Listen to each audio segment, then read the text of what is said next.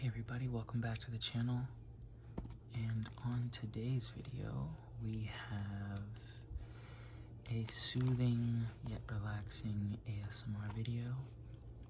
I'm going to be counting down striking matches. So if you are not a fan of, if you're a pyrotechnic or something like that, I'd suggest go elsewhere. But I'm going to be doing a little bit of chatter, a little bit of rambling, and lighting matches. So hopefully I don't burn the place down while I do this. But if you guys do like the sound of somebody struggling to open a matchbox, you're in the right place. But this is an ASMR channel. The next video I do is actually going to be about my top 10 favorite pops, I think, or top 10 that glow in the dark. I might just do that. I did start filming already, so I don't know if I'm going to use what alright, this is getting annoying. I don't know if I'm going to use what I filmed, but maybe with the right lighting I can do it over again and have the same effect. But background. By the way, while I'm opening this, let me talk to you guys about something I did see recently, which was the new Batman movie. I don't know if you guys have seen it already, or if you guys are a fan of DC Comics or Batman in general. Why, we're good. Great value, high quality. But I did see Batman, and my initial thoughts were, oh, this is going to be a detective kind of style, like, you know, Hannibal Lecter, kind of like horror Batman, which it basically was. It was more so on the comic detective side, which I did like. The only thing, well, not the only thing, there are a lot of things that did bug me about it. And this is my opinion totally. But, during the movie, even though there is supposed to be the Penguin, the Riddler, you have Catwoman, Batman, Maroni, and then you have, I think it's Falcone. But all of these villains have something in common. They did not, to me, measure up to Heath Ledger's. It's literally like Heath Ledger set the bar so high that any villain besides Thanos is like non-existent anymore. Like, you literally have to be on the levels of, I forget, I think his name's William Dafoe from Spider-Man No Way Home. Like, you literally have to be on like crazy levels like that. So but I did see it. Robert Pattinson did a great job, let's just say that. I do feel like they relied on him too much, knowing that he's a really good actor. I feel like they relied on him as Batman to be the, you know, world's greatest detective that we know. And while he was, you know, solving a lot of the riddles and the, you know, some of the cases and stuff, the Riddler was always outsmarting the Batman, which was pretty nice to me. I like that realism. But at the same time, we don't ever see enough of the Riddler until, no spoilers, but I feel like we didn't see enough of the Riddler. Or even the Penguin. The Penguin came in and out, you know, there was crimes relating back to the Riddler, and a lot of people might say, well, that's the point of the Riddler, you know, not being caught and not being on screen, is because he's behind the scenes doing stuff. I totally get that. But there was more of a buildup of who Batman was and who he is becoming. And I felt like this wasn't a Batman Begins kind of movie, because he's already 2 years in. So this should have been more like, I would compare this movie to Spider-Man Homecoming, where, you know, he's just getting into his groove, he's adapting. It's kind of like a really depressing kind of like, you know, mood during the whole movie. You know, he relates to the kid in the movie whose parents died or parent died. But at the same time, I just did not get the goosebumps at certain scenes that I did watching The Dark Knight. The first scene of The Dark Knight when they're doing the bank robbery and Joker takes off his mask. Number one. But the biggest moment, though, and a lot of people need to admit this, they need to admit this. Paul Dano's a good actor, too. But you guys need to admit this. You can't name one scene, if you've watched the movie, you'll never be able to name one scene in that movie that Paul Dano had that equaled the magnitude of when the Joker said, "Are you the real Batman?" And then he goes on to say, "No, well then, why do you dress like him?" And he scares the guy shitless, basically, and he's in a chair, kidnapped. And he's like, shh, shh, shh, shh, shh, shh. And it's the psychotic Joker we see there. It's not the funny, psychological. It's the psychotic Joker we see there. And when he says, "Look at me. Look at me."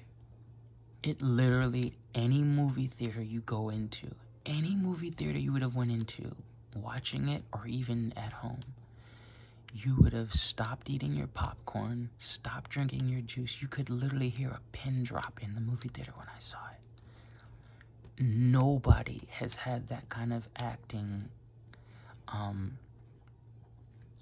stealing of a show, let's just say. Nobody's attracted that presence since the Joker Heath Ledger in a comic book movie.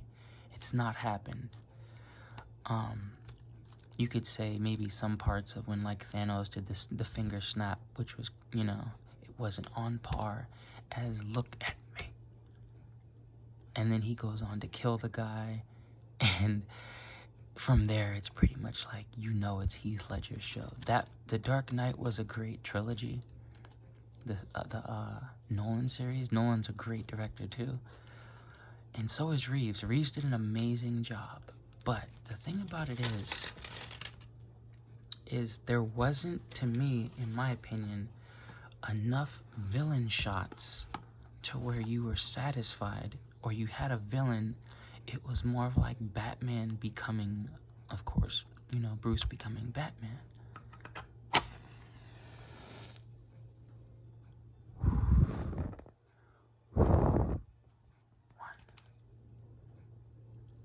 That's one. But also, I did like the relationship that Selina had with Batman. I did like the views that they did take, during the movie, where you couldn't tell sometimes if it was Robert or if it was Paul looking through the binoculars or camera. And I felt like they could have utilized the Batmobile way more. They could have used the Batmobile way more. The introduction to it was really cool, I gotta say that. In my honest opinion, I'd give that movie an 8.5 out of 10. A lot of people might give it a 10 out of 10 or a 9 out of 10. More power to you, but movies like that magnitude, they deserve a rated R rating. Number 3. And if it was rated R, it'd be the first Batman that was ever rated R. The one that I did think was or should have been was Mask of the Phantasm I saw as a kid when I was growing up. But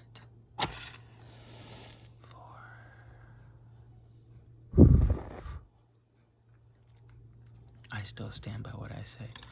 The movie was great, don't get me wrong. Don't punish me for saying that. But it was not on the level as Heath Ledger made it. There was more goosebump moments. There was more, oh crap, that happened moments than this one. This was more detective one, which I can see. We've never seen that side of Batman in a minute. But at the same time,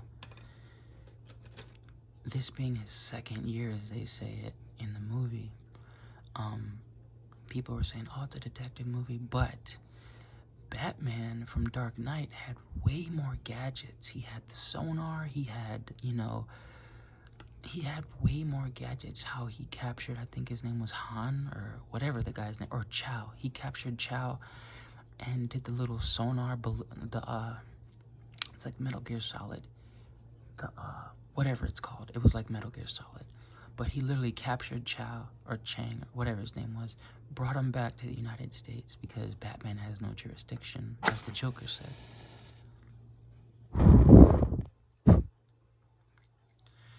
And I mean, don't get me wrong, I'm gonna probably even see it twice just so I can see if I didn't catch something the first time. And you definitely want to stay tuned, because the ending is really good too, I'll say that. To me, this movie was on par with, I would say, maybe The Dark Knight Rises. Not The Dark Knight. Nobody deserved an Oscar in this movie at all, unless it was, you know, for cinematography or soundtrack. Soundtrack was great.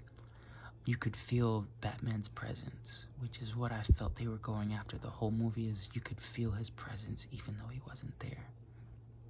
As you see with Robert's monologue in the beginning of the movie. He need not be there. I think we're on 10. 11.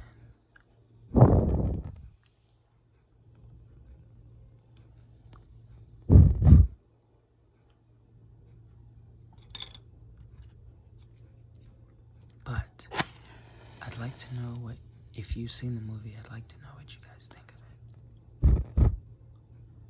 Are you afraid of the dark? I don't know if you guys have ever watched that show as a kid or at all, but they used to throw sand at the fire in the woods. I don't know why kids would be in the woods doing that anyway. That's pretty dumb. But they throw sand in the fire and they'd tell, like, I guess, ghost stories to each other, which was some crazy shit. So I did like that growing up, and I did like Goosebumps. Goosebumps was my shit. So I don't know if you guys have ever read the books. I used to collect so many of those books. My favorite was, I think, Night of the Living Dummy. But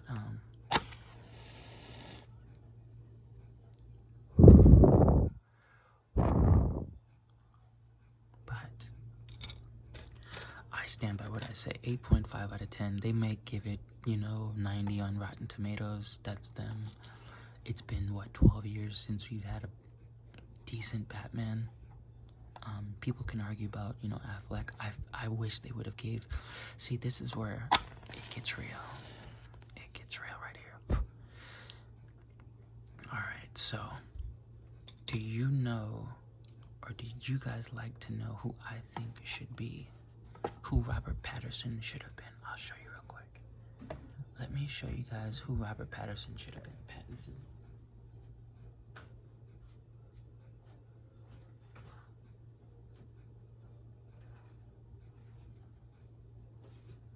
Now, when I say this, I mean this as in, like, Robert would have killed this role more so than I think he would at Bruce Wayne and Batman. Robert Pattinson belongs as Batman Beyond as Terry McGinnis. Nobody can tell me different. Robert literally, legit looks like Terry McGinnis, has the same body build as McGinnis, has the same short hair as Terry McGinnis. It just would make sense. We're in a futuristic, it's never been done before. We've had all these other Batmans. We've never had a Batman Beyond, and they could have made a series out of it. It'd have been the first Batman Beyond. And I think Robert would have killed that role. You have it set in, you know, I don't know if it was Neo Tokyo or where it was at, but it's been a minute since I've watched Batman Beyond. But Robert Pattinson, I think, should have been Batman Beyond. We technically don't need another Batman, a new one, because we just got done seeing Zack Snyder's, you know, Justice League. We just got done seeing Batman versus Superman. It's, to be honest, I'm kind of over a new Batman every single, you know, couple years. but I know he would have killed that role. And God, he's such a great actor. I've watched, some of his other movies too. Most people were judging him off of Twilight, but those are the same people that are immature and they haven't watched, cinema, I'm not a movie buff totally like everybody else might be, but I do know and I've watched my fair share of good movies. I don't know what count we're on, but I definitely am sure, I am positive, I bet all my money on it that he would have killed that role. The technology we have now would have made it look so freaking dynamic. You guys have seen the ship that T'Challa had in what was it, Civil War, and you could see the inside of it like a spaceship, right? That's literally, they could have did that. Like, they could have made it so futuristic. They could have made it so futuristic. And they could have made 3 things out of it. They could have made the Jokers, and you know who would have been a great older Batman? Ben Affleck. You could have kept him as the old Batman, or you could have did Michael Keaton if you wanted to, if he was down for that role, but you could have kept Ben Affleck as the older Batman. It would have made sense. It would have made sense. And then you'd have had him as Terry McGinnis.